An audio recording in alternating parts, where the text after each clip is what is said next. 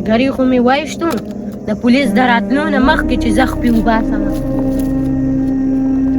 وس کارو شو، وس په میدان ګرم شي، هغوی به جنګېږي او زه به ورته داسې ولاړ یم.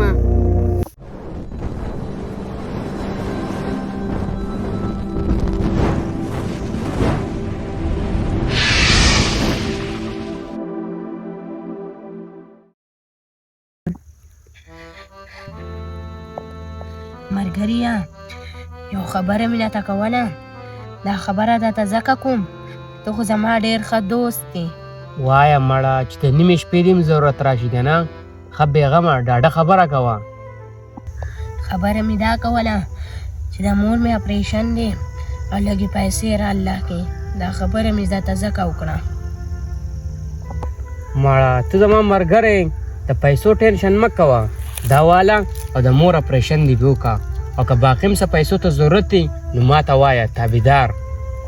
مننه دوست، تا را ښېګړه به زه چېرته مې حیرانه کړم او ورځم هسپتال ته.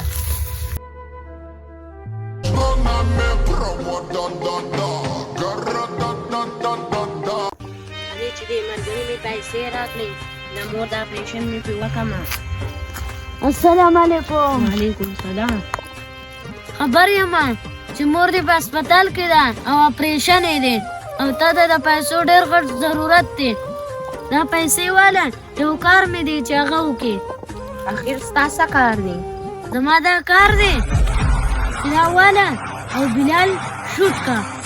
ها تو اوس زنګ ملګرتیا خرابې، پیسې پیدا کېږي خو ملګري نه پیدا کېږي، او دا دې مال مې ملګري پیسې راکړي به دې به مې زه د مور اپریشن وکړمه. دا واله دا مرداري پیسې دي، لاړم دله.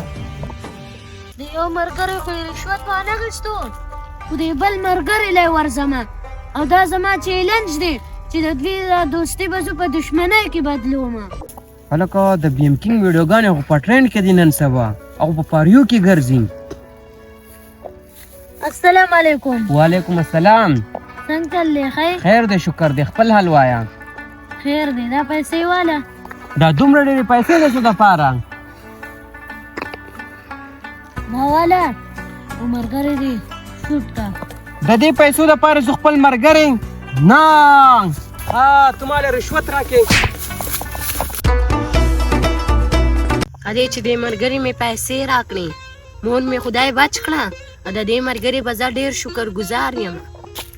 لکه خبر خو نه یې بیا مې د ملګري په باره کې بحثونه کې. ملګري په باره کې به درته بحث ولې نه کومه؟ د ښځې پسې د لدونه ردې بدې ویلې دي. ها د ده دا مجال چې زما په ښځې پسې خبرې کولې، راکړه تمانچه. دا واله پسې تو تماشه کوه او دا دې ورالم پسې. وس کارو شو، وس په میدان ګرم شي، هغوی به جنګېږي او زه به ورته داسې ولاړ یم. A few moments later. هلکه دا ونې خو یې رو په رو خرابېږي. هلکه ولکه دا زما په کور بالې پسې ردې بدې ویلي. نه که نه یاره زه خو د څه نه یم خبر، ما خو هېڅ هم نه دي ویلي. بانې مانې دې نه منم، تمانچه دې ولیده وس ویرېدې، ځان مرګ ته تیار کړه.